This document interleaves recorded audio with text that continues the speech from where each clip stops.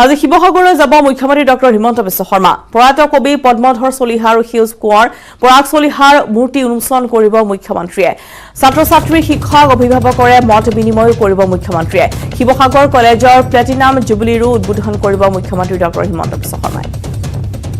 শিৱসাগৰলৈ আজি যাব মুখ্যমন্ত্ৰী ডক্টৰ হিমন্ত বিশ্ব শৰ্মা। প্ৰয়াত কবি পদ্মধৰ চলিহা আৰু সেউজ কোঁৱৰ পৰাগ চলিহাৰ মূৰ্তি উন্মোচন কৰিব মুখ্যমন্ত্ৰীয়ে। লগতে ছাত্ৰ-ছাত্ৰী, শিক্ষক, অভিভাৱকৰে মত বিনিময় কৰিব মুখ্যমন্ত্ৰীগৰাকীয়ে। শিৱসাগৰ কলেজৰ প্লেটিনাম জুবিলিৰো উদ্বোধন কৰিব মুখ্যমন্ত্ৰী ডক্টৰ হিমন্ত বিশ্ব শৰ্মাই।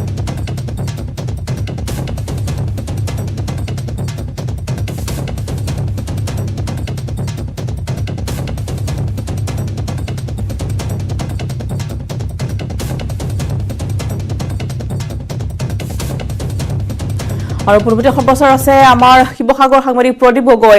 প্ৰদীপ, আমি আপোনাৰ কাষলৈ আহিছো আৰু আজি যিহেতু মুখ্যমন্ত্ৰী ডক্টৰ হিমন্ত বিশ্ব শৰ্মা যাব শিৱসাগৰলৈ, আমি আপোনাৰ পৰা আজিৰ দিনটোৰ তেওঁৰ কাৰ্যসূচী সন্দৰ্ভত অধিক জানিব বিচাৰিছো। হয় ৰশ্মিতা, উজনি অসমৰ উচ্চ শিক্ষানুষ্ঠানবিলাকৰ অন্যতম এক প্ৰকাৰ বাটকটীয়া বুলি ক'ব লাগিব। 1947 চনতে 1947 চনৰ 2 নম্বৰ প্ৰতিষ্ঠা হৈছিলে শিৱসাগৰ কলেজ।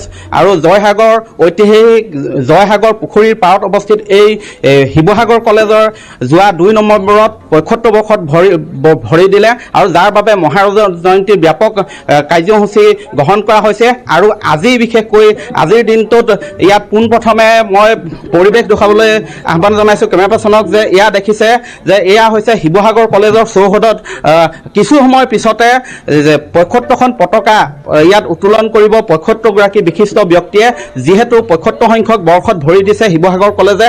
আৰু উজনিৰ উচ্চ শিক্ষাৰ অন্যতম শৈক্ষিক প্ৰতিষ্ঠান শিৱসাগৰ কলেজৰ প্ৰায় বহু সংখ্যক গণ্যমান্য অসম সাহিত্য সভাৰ ইয়াৰ প্ৰায় কেইবাগৰাকীও ইয়াত পঢ়ি ডক্টৰ নিৰ্মল প্ৰভা বৰদলৈ ইয়াৰ এইখন মহাবিদ্যালয়ৰ ছাত্ৰী আছিলে। সেইদৰে ডক্টৰ ভৱেন্দ্ৰনাথ শইকীয়া, অসম সাহিত্য সভাৰ প্ৰাক্তন সভাপতি ইমৰান চাহকে ধৰি বহু সংখ্যক পণ্ডিত প্ৰবৰ ব্যক্তি এইখন কলেজতে কাম কৰি গৈছে, শিক্ষকতা কৰি গৈছে। আৰু মই বৰ্তমান ইয়াৰ পৰিৱেশ দেখুৱাবলৈ আহ্বান জনাইছোঁ। এয়া দেখিছে যে এক উখল মাখল পৰিৱেশে বিৰাজ কৰিছে শিৱসাগৰ কলেজৰ চৌহদত। আৰু মুখ্যমন্ত্ৰী আহিব ইয়ালৈ 11 বজাত তেওঁৰ কাৰ্যসূচী আছে। তেওঁৰ ফুলনিৰ কবি পদ্মধৰ চলিহা আৰু সেউজ কোঁৱৰ পৰাগ চলিহাৰ প্ৰতিমূৰ্তি ইয়াত আৱক্ষ মূৰ্তি ইয়াত উন্মোচন কৰিব শিৱসাগৰ, যাৰ বাবে আজি বিশেষ কাৰ্যসূচী গ্ৰহণ কৰা হৈছে। মুখ্যমন্ত্ৰীগৰাকীয়ে ছাত্ৰ-ছাত্ৰী আৰু শিক্ষক-শিক্ষয়িত্ৰীসকলৰ সৈতেও মত বিনিময় কৰিব। আৰু মই বৰ্তমান ইয়াৰ মহাবিদ্যালয়খনৰ অধ্যক্ষ আছে, তেওঁৰ পৰা জানিব বিচাৰিম কেনেধৰণৰ কাৰ্যসূচী লৈছে আৰু আপোনালোকৰ এই বৰ্ষজোৰা কাৰ্যসূচী কি কি থাকিব। নমস্কাৰ, নিউজ 18ৰ সকলো কৰ্মকৰ্তাক মই শিৱসাগৰ কলেজ কৰ্তৃপক্ষৰ ফালৰ পৰা অশেষ ধন্যবাদ জনাইছোঁ। আপোনালোক সকলোৱে গম পাইছে যিটো শিৱসাগৰ কলেজে যোৱা 2 নৱেম্বৰত আমি ৭৫ বছৰত ভৰি দিছোঁ। আৰু এই ৭৫ বছৰ যিহেতু মহাৰজা জয়ন্তী আমি খুব সুন্দৰকৈ উলহ মালহেৰে আমি পালিবলৈ আমি চেষ্টা কৰিছোঁ। আৰু শিৱসাগৰ কলেজৰ প্ৰাক্তন ছাত্ৰ-ছাত্ৰী, শিক্ষক-শিক্ষয়িত্ৰী আৰু কৰ্মচাৰী, আৰু লগতে বৰ্তমানৰ ছাত্ৰ-ছাত্ৰী, শিক্ষক-শিক্ষয়িত্ৰী, কৰ্মচাৰী আৰু শিৱসাগৰ জিলাৰ শুভাকাংক্ষী সকলো ব্যক্তি ইয়াত ইমান আনন্দৰে তেখেতলৈ উৎফুল্লিত হৈ পৰিছে যে শিৱসাগৰ কলেজৰ যি অতীত গৌৰৱ, সেই গৌৰৱ যে এটা মহান গৌৰৱ আছিলে সেই কথা পৰিস্ফুট হৈ পৰে। আৰু শিৱসাগৰ কলেজৰ আমি বৰ্ষজোৰা কাৰ্যসূচী আমি লৈছোঁ। সেই বৰ্ষজোৰা কাৰ্যসূচীত আমি অসংখ্য বহুতখিনি প্ৰগ্ৰাম লৈছোঁ। তাৰে আমি প্ৰতি মাহৰ 2 তাৰিখে শিৱসাগৰ কলেজত একোটাকৈ প্ৰগ্ৰাম আমি ৰাখিছোঁ। আৰু আটাইতকৈ ডাঙৰ কথা, শিৱসাগৰ কলেজৰ প্ৰতিষ্ঠাৰ লগত জড়িত প্ৰতিষ্ঠাপক অধ্যক্ষ পদ্মধৰ চলিহা ছাৰ আৰু শিৱসাগৰ কলেজখন গঢ়োতা যিজনে গঢ়ি থৈ গ'ল চৰ্দাৰ পৰাগ চলিহা ছাৰ, তেওঁলোক দুইজনৰ আমি 2টা প্ৰতিমূৰ্তি আমি স্থাপন কৰিছোঁ। যিকেইটা কথা শিৱসাগৰ কলেজৰ প্ৰাক্তন ছাত্ৰ-ছাত্ৰীসকলে আগৰ পৰাই বিচাৰিছিলে আৰু বৰ্তমানো বিচাৰিছে, আৰু শিৱসাগৰ কলেজৰ পৰিয়ালবৰ্গও বিচাৰিছিলে, আৰু আজি সেইটো আমাৰ হৈ উঠিছে। হয়, আমাৰ কাষত আছে ইয়াৰ শিক্ষক তথা সমাজকৰ্মী আৰু শিৱসাগৰ কলেজখনৰ প্ৰতিটো ক্ষেত্ৰতে জড়িত হৈ থকা শিক্ষক উৎপল দত্ত ছাৰ। আৰু আজি মুখ্যমন্ত্ৰী আহিব, কি কাৰ্যসূচী ৰাখিছে? আজি মাননীয় মুখ্যমন্ত্ৰী আমাৰ কলেজলৈ আহিব, আমাৰ কাৰণে এইটো এটা বৰ গৌৰৱৰ বিষয়। মাননীয় মুখ্যমন্ত্ৰী মহোদয় আহি পেলাই আজি আমাৰ শিৱসাগৰৰ বহু প্ৰত্যাশিত, আজি সকলোৱে আমাৰ এইটো বহুত দিন আশা কৰি আছিলে আমাৰ প্ৰতিষ্ঠাপক অধ্যক্ষ পদ্মধৰ চলিহা ছাৰ আৰু আমাৰ কলেজৰ মূল খনিকৰ স্বৰূপ পৰাগ চলিহা ছাৰৰ যি প্ৰতিমূৰ্তি আমাৰ ইয়াত স্থাপন কৰাৰ কথা আছিলে আৰু আজি আমাৰ সেই শুভ দিনটো আহি পৰিছে। দুটি আবক্ষ মূৰ্তি তেখেতসকলৰ আজি উন্মোচন কৰিব অসমৰ মাননীয় মুখ্যমন্ত্ৰী ডক্টৰ হিমন্ত বিশ্ব শৰ্মাদেৱে আৰু তাৰ পিছতেই তেখেতে আমাৰ কলেজৰ যিখন উদ্বোধনী হ'ব মহাৰাজৰ জয়ন্তীৰ উদ্বোধনী অনুষ্ঠান, এই উদ্বোধনী অনুষ্ঠানখন তেখেতে শুভাৰম্ভ কৰিব আৰু তাত মুখ্য অতিথি হিচাপে তেখেতে অংশগ্ৰহণ কৰিব। হয়, এয়া কাৰ্যসূচীৰ বিষয়ে জানিলোঁ। আৰু ৰশ্মিতা, এইখিনিতে আৰু এটা কথা ক'ব লাগিব যে মুখ্যমন্ত্ৰীগৰাকীয়ে আজি ইয়াত প্ৰতিমূৰ্তি উন্মোচনৰ পিছতে ইয়াৰ শিৱসাগৰ কলেজ চৌহদৰ প্ৰৱেশ ইয়াত যি কাৰ্যসূচী আছে সেই কাৰ্য ৰূপায়ণৰ পিছতে যিখন চুকাফা হস্পিটেল আছে শিৱসাগৰত, সেই চুকাফা হস্পিটেলৰ চৌহদতো কেইবাটাও কাৰ্যসূচীত অংশগ্ৰহণ কৰিব আৰু দিনজোৰা কাৰ্যসূচীৰে আচলতে শিৱসাগৰলৈ তেওঁ আজি আহিব আৰু বৰ্তমান ইয়াৰ চুকাফাত অনুষ্ঠান সম্পূৰ্ণ কৰাৰ পূৰ্বে শিৱসাগৰ কলেজ চৌহদত এইদৰে আজি যি মহাৰাজৰ জয়ন্তী বৰ্ষ পালন কৰা হৈছে সেই কাৰ্যসূচীত অংশগ্ৰহণ কৰিব। মই পুনৰবাৰ ইয়াৰ এক সামগ্ৰিক পৰিৱেশ দেখুৱাবলৈ চেষ্টা কৰিছোঁ যে তেওঁলোকে মুখ্যমন্ত্ৰীগৰাকীক আদৰিবলৈ সাজু হৈ আছে আৰু পোনপ্ৰথমে উত্তোলন কৰিব পতাকা। ইয়াত দেখিছে যে ৭৫খন পতাকা ইয়াত উত্তোলনৰ ব্যৱস্থা কৰা হৈছে আৰু যাৰ বাবে কিছু সময় পিছতে যিহেতু পতাকা উত্তোলন কৰা হ'ব, গতিকে ইয়াত সকলো ছাত্ৰ ছাত্ৰী, শিক্ষক তথা শিৱসাগৰ জিলাকে ধৰি বিভিন্ন প্ৰান্তত যিসকল প্ৰাক্তন ছাত্ৰ ছাত্ৰী আছিলে সকলো আহি একত্ৰিত হৈছেহি আৰু সকলো ইয়াত একত্ৰিত হৈ আজি এতিয়া পোনপ্ৰথমে পতাকা উত্তোলন কৰিব আৰু তাৰ পিছতেই 11 বজাত মুখ্যমন্ত্ৰী আহি উপস্থিত হ'ব আৰু দুটি আবক্ষ মূৰ্তি পৰাগ চলিহা আৰু পদ্মধৰ চলিহা দেৱৰ আবক্ষ মূৰ্তি উন্মোচন কৰিব। ৰশ্মিতা, নিশ্চয়কৈ প্ৰতিভকৈ ধন্যবাদ জনাইছোঁ আপোনালোক। শিৱসাগৰ কলেজৰ পৰা আছিলে পোনপটীয়া সম্প্ৰচাৰ আৰু ইতিমধ্যে তেওঁ জনাইছে যে পুৱা 11 বজাত তাত গৈ উপস্থিত হ'ব মুখ্যমন্ত্ৰী ডক্টৰ হিমন্ত বিশ্ব শৰ্মা। দুটাকৈ আবক্ষ মূৰ্তি উন্মোচন কৰা হ'ব। সমান্তৰালভাৱে যিহেতু মহাৰাজৰ জয়ন্তী শিৱসাগৰ কলেজৰ, সেই ৭৫খন পতাকা উত্তোলন কৰা হ'ব, সেয়া ইতিমধ্যে সাজু কৰি তোলা হৈছে আৰু এই উপলক্ষে শিৱসাগৰ কলেজত এক উদুলি পৰিৱেশ বিৰাজ কৰা পৰিলক্ষিত হৈছে।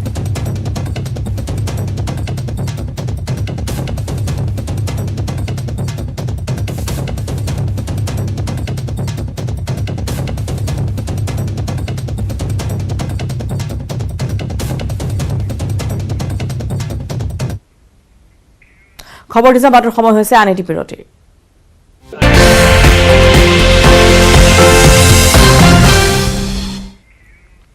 উদিছো বাতৰি মাজলৈ।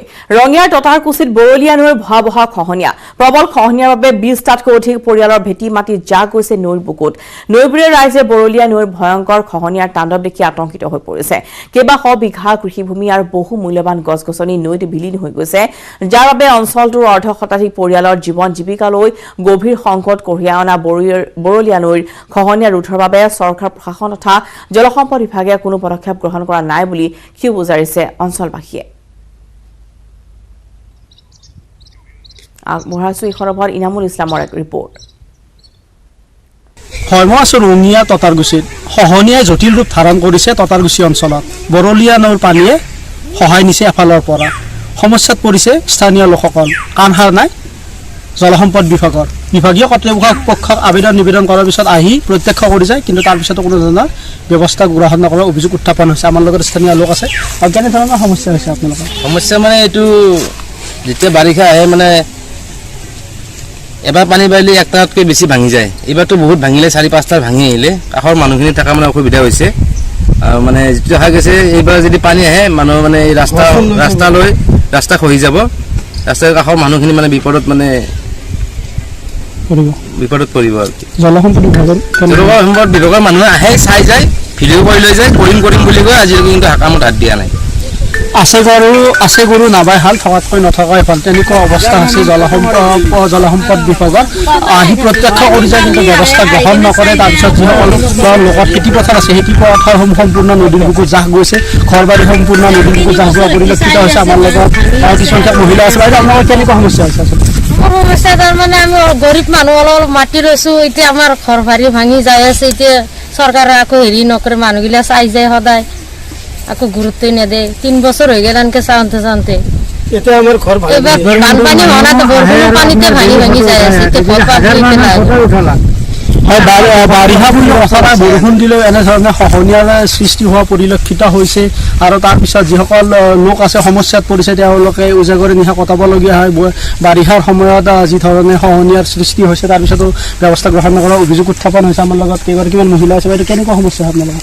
আমাৰ তাৰমানে বিৰাট ভাঙি যাই আছে, একদম ঘৰ পাবো কিন্তু সদায় আহি পেলাই আৰু চাই গুচি যায় আৰু একো নকৰে আৰু সেইটোৱে আৰু আমাৰ এইটো ভাল কৰি দিব লাগে। আগতে নদীটো কিমান দূৰ হৈ পেলাই বহুত দূৰ আছিল, সেইফালে মন্দিৰ পাৰ হৈ পেলাই এইফালে আছিল। মন্দিৰটো ভাঙি কাষ আহি পালে মাথা বাৰীটো ভাঙি গেলিতো সহাদি পানী একদম ৰঙীয়া চব ডুবি যাব, ডুবি গেলি মানুহ বহুত অসুবিধা হ'ব।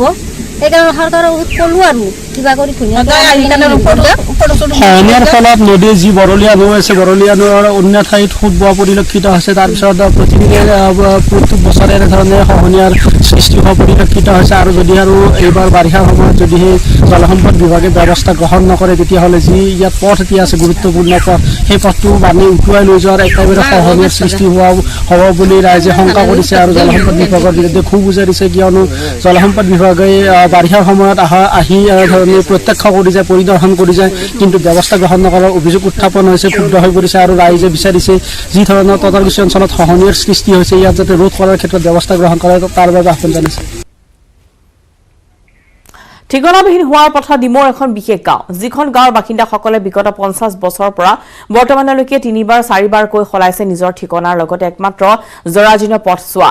এই গাঁওখন হৈছে ডিমৌ ৰাজহ চক্ৰৰ অন্তৰ্গত চৰগোৱা গাঁও পঞ্চায়তৰ 5 নং ৱাৰ্ডৰ 85টা পৰিয়ালে বাস কৰা মাজুমেলীয়া গোহাঁই গাঁও। এই গাঁওখনৰ কাষেৰে বৈ গৈছে দিচাং নৈ। এই দিচাং নৈখনক লৈ চিন্তিত এতিয়া গাঁওবাসী, কিয়নো দিচাং নৈৰ খহনীয়াৰ কবলত প্ৰতি বছৰে জাহ যায় গাঁওবাসীৰ মাটি ভেটি। পানীদিহিং পক্ষী অভয়াৰণ্যৰ কাষত অৱস্থিত এই গাঁওখনৰ লোকসকল বাৰিষাত বানপানী, খৰালি দিনত দিচাং নৈৰ খহনীয়াৰ লগতে বনৰীয়া হাতীৰ উপদ্ৰৱত অতিষ্ঠ হৈ পৰিছে।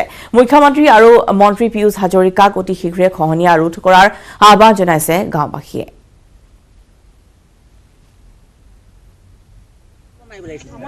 এখন 7 নং থাওৰা সমষ্টিৰ একেবাৰে পশ্চিম দিশত অৱস্থিত 3খন গাঁৱৰ সমষ্টি। আমাৰ গাঁওখন হ'ল মাজুমেলীয়া গাঁও। আমাৰ ইয়াত প্ৰায় মাজুমেলীয়া গাঁৱত 1 কিলোমিটাৰ ধৰি গৰাখহনীয়াৰ সৃষ্টি হৈছে আজি প্ৰায় 40-50 বছৰমানৰ পৰা একেৰাহে।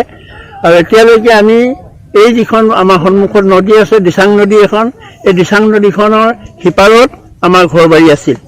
আমি তাৰ পৰা এতিয়া বৰ্তমানলৈকে 3বাৰ ঘৰ বাৰী আমি নতুনকৈ পাছলৈ আহি আমি বনাই থাকিবলগীয়া হৈছে। আমাৰ ইয়াত মথাউৰি বুলি কোনো END মথাউৰি নাই, PWD মথাউৰি নাই, মাত্ৰ এটা পঞ্চায়তৰ জৰিয়তে নিৰ্মাণ কৰা যাতায়াত পথ আছে।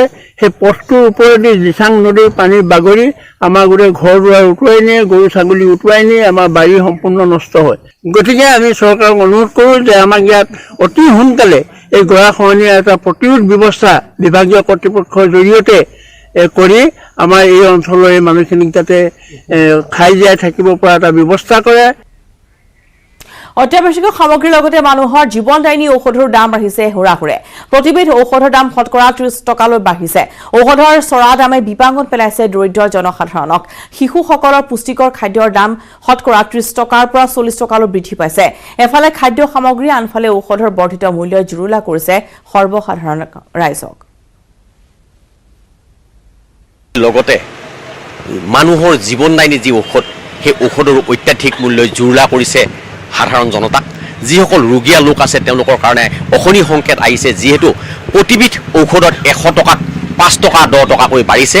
আৰু এই মোৰ কেমেৰা সহযোগে দেখুৱাই আছে। আচলতে এটা কথা ক'ব লাগিব যে সকলো দামৰ যি অত্যাৱশ্যকীয় সামগ্ৰীৰ লগতে তেলৰ পৰা আৰম্ভ কৰি সকলো দামত সকলো সামগ্ৰীৰ যি মূল্য বৃদ্ধি হৈছে, তাৰ পিছত কিন্তু ঔষধো বাদ পৰিব নাই। ঔষধতো প্ৰতিবিধ ঔষধত 100 টকাৰ পৰা 5 টকাৰ পৰা 10 টকা বাঢ়িছে। মোৰ লগত ফাৰ্মাচীৰ যি স্বত্বাধিকাৰী আছে তেওঁৰ পৰা মই পোনে পোনে জানিব বিচাৰিম কি সামগ্ৰীৰ কিমান দাম বাঢ়িলে।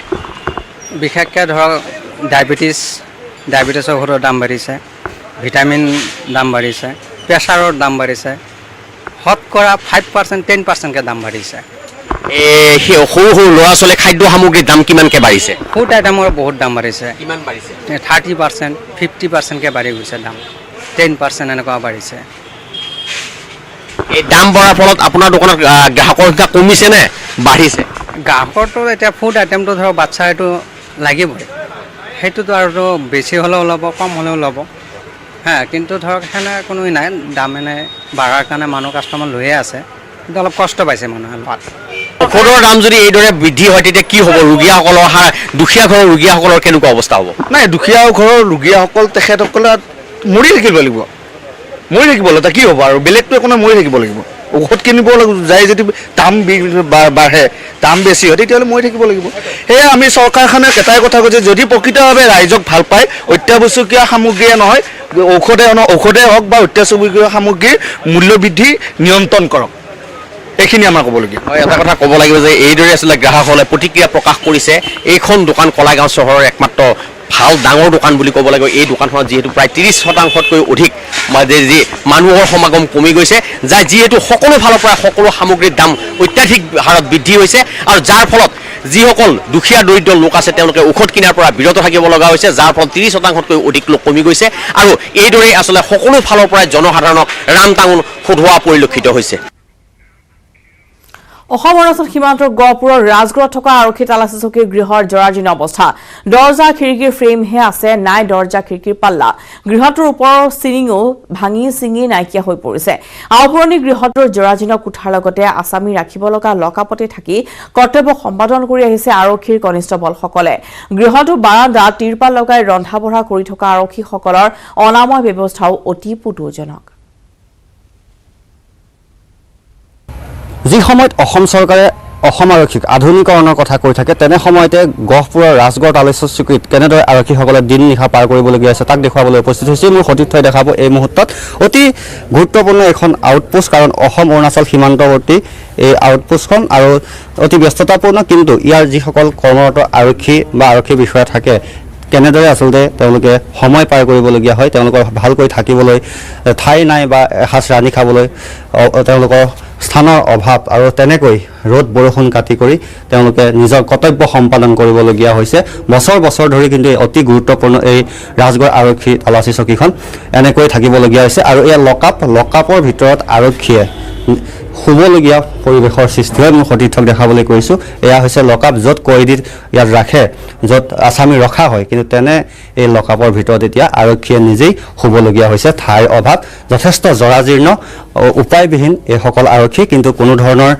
আৰক্ষীৰ যি গৃহ কোনো ধৰণৰ নিৰ্মাণৰ ব্যৱস্থা কৰা নাই বিভাগীয় কৰ্তৃপক্ষই আৰু আধুনিকৰণৰ কথা কোৱা হয় আচলতে এনেদৰে কি আধুনিকৰণ কৰিব অসম আৰক্ষীক ইয়াৰ আছে কওকচোন কেনেকুৱা সমস্যাত এই থানাখনৰ আৰক্ষীসকলে কৰ্তব্য সম্পাদন কৰিবলগীয়া নিশ্চয় অতি পৰিতাপৰ বিষয় আমি এই বিষয়ে আচলতে কেইবাবাৰো আমি সংবাদ মাধ্যমৰ যোগে কৰ্ণগোচৰ কৰিছিলোঁ যিহেতু এতিয়ালৈকে একো ফলবশত হোৱা নাই আপোনালোকে নিশ্চয় দেখিবলৈ পাইছে যি সময়ত জনসাধাৰণক সুৰক্ষা দিবলৈ যিসকল আৰক্ষী কনিষ্টেবল থাকে তেখেতলোকে অসুৰক্ষিত কেলৈ আমি চাওক এতিয়া অপৰাধীক ধৰি আনি যি ইয়াত লকআপত ৰখা সেই লকআপত জোৱানসকল থাকি ৰাতি অতিবাহিত কৰিব লগা হৈছে সেয়েহে আমি অসমৰ মুখ্যমন্ত্ৰী তেখেতৰ গৃহ বিভাগত আছে মাননীয় মুখ্যমন্ত্ৰী হেমন্ত বিশ্ব ডাঙৰীয়া আৰু লগতে অসম আৰক্ষী সঞ্চালক প্ৰধান ভাস্কৰজ্যোতি মহন্ত ডাঙৰীয়ালৈ কাটৰে অনুৰোধ কৰিছোঁ আৰু এই থানাখন আচলতে তালাচী চকী আছে তালাচী চকীয়ে নহয় তালাচী চকীৰ পৰা আৰক্ষী চকীলৈ উন্নতীকৰণ কৰিব লাগিব যিহেতু আপোনালোকে নিশ্চয় অসম অৰুণাচলৰ সীমান্তত অত্যন্ত জৰুৰী এখন থানা